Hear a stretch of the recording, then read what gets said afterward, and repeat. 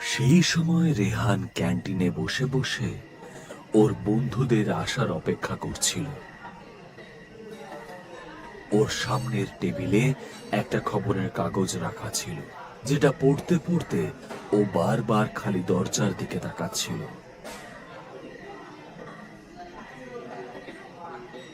কিছুক্ষণ পরে ওর অপেক্ষার অবসান হলো, কারণ ওর বাকি বন্ধুরা নিতিন, রিধিমা, আরিয়ান আর শ্বেতা ক্যান্টিনে এসে হাজির হলো।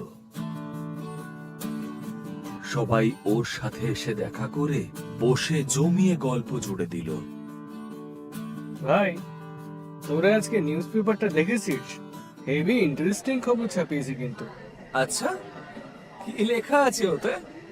আর ওই যে সীতাপুরের হাইওয়ে আছে না, যেখান দিয়ে আমরা সবাই প্রত্যেকবার আউট হাউসে যাই, সেই ব্যাপারে এখানে লিখেছে। সীতাপুর হাইওয়ে থেকে 5 কিলোমিটার ভেতরে গেলে ডান হাতে নাকি একটা কাঁচা শর্টকাট রাস্তা আছে। ওখানকার গভীর জঙ্গলে কোথাও একটা পুরনো ত্রিশূল পাওয়া গেছে। এই দেখ। এই বলে রেহান নিউজ পেপারে ছাপানো ত্রিশূলের ছবিটা সবাইকে দেখালো। তারপর নিচের খবরটা পড়তে শুরু করলো। শোনা যাচ্ছে এই ত্রিশূলটা নাকি বহু বছর ধরে এইভাবে মাটিতেই পোতা হয়ে আছে। আর পাশের গ্রামের লোকজন বলছে ডাকিনী নামে নাকি কোনো প্রেতাত্মা জঙ্গলে ঘুরে বেড়ায়, আর ওর জন্যই নাকি ত্রিশূলটা ওখানে রাখা হয়েছে। আর এই ত্রিশূলের জন্যই নাকি ডাকিনী জঙ্গল থেকে বাইরে বেরোতে পারে না, কিন্তু রাতে নাকি ও খাওয়ার জন্য শিকার খুঁজতে বেরোয়। তাহলে কি এটা শোনার পর তোর আউট হাউসে যাওয়ার প্ল্যানটা ক্যান্সেল করছিস নাকি? আরে না ভাই, এইবারে তো বরং আসল খেলা হবে। এই বলে সবাই একসাথে ডিনার করলো এবং রাত 10:20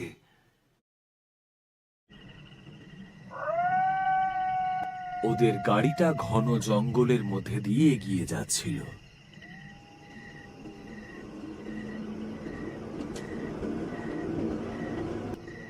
নিতিন ড্রাইভ করছিল আর ওর পাশের সিটে রেহান বসেছিল। আরিয়ান, শ্বেতা আর রিধিমা পেছনের সিটে ছিল। আরে নিতিন, একটু গাড়িটা তাড়াতাড়ি চালাবি।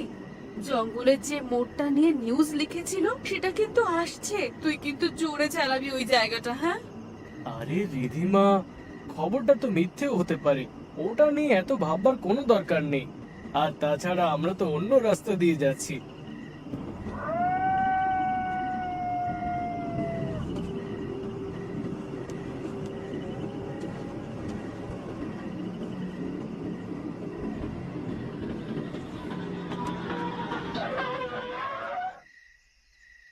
কিছুক্ষণ পরে ওরা দেখলো রাস্তার সামনে একটা বড় গাছ পড়ে আছে।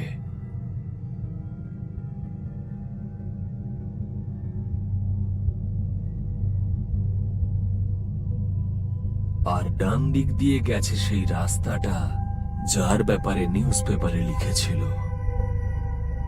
আরে কি রে ভাই, গাছটা তো বিশাল বড়, আমরা তো এটাকে সরাতেও পারবো না। চল ফিরে যাই, চল না। কেন? আরে বাবা, এই রাস্তাটা বন্ধ থাকলেও অন্য রাস্তা তো খোলা আছে নাকি? কিন্তু ভাই, এটা তো সেই রাস্তা যেটা নিয়ে খবরের কাগজে লেখা হয়েছিল। এই শুনে সবাই হাসতে শুরু করলো। আর তারপরে নিতিন বলল, কোনো ব্যাপার না, এই নিয়ে এত ভাবিস না তো তোরা, যা হবে দেখা যাবে। এই বলেই নিতিন ডান দিকের রাস্তাটা ধরলো। ভাই নিতিন, তুই না হয় ডান দিকের রাস্তাটা ধরলি, কিন্তু এই রাস্তাটা ধরা ঠিক হলো কি? আমরা আবার সামনে গিয়ে এই রাস্তায় আটকে পড়বো না তো? আরে এরকম কিচ্ছু হবে না। দেখ ভাই, আমার ক্যালকুলেশন বলছে এই রাস্তাটা সোজা গিয়ে হাইওয়েতেই উঠবে। তারপর তো মাত্র 1 ঘন্টার মধ্যেই আমরা আউট হাউসে পৌঁছে যাব। হ্যাঁ, মাঝে যদি রাস্তায় ডাকিনীর সঙ্গে দেখা হয় তাহলে অবশ্য লেট হতে পারে। শুনে সবাই হাসতে শুরু করলো। নিতিন গাড়ির স্পিডটা ক্রমশ বাড়িয়েই যাচ্ছিল, আর 45 মিনিটের মধ্যেই ওরা গভীর জঙ্গলে ঢুকে পড়ল। তখন হঠাৎ করেই কোত্থেকে একজন লাল শাড়ি পরা মহিলা আকাশ থেকে বনেটের উপর লাফ মারল, যার ভয়ঙ্কর চেহারা দেখে সবাই ভীষণ ভয় পেয়ে গেল।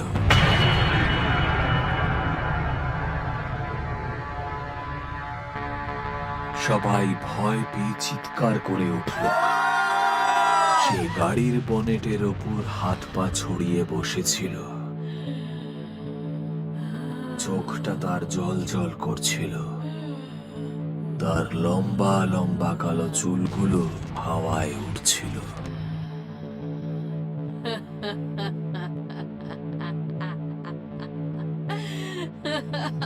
ও ভয়ঙ্কর ভাবে হাসতে শুরু করলো আর গাড়ির কাঁচ ভেঙে হাত ঢুকিয়ে নিতিনের গলাটা চেপে ধরলো।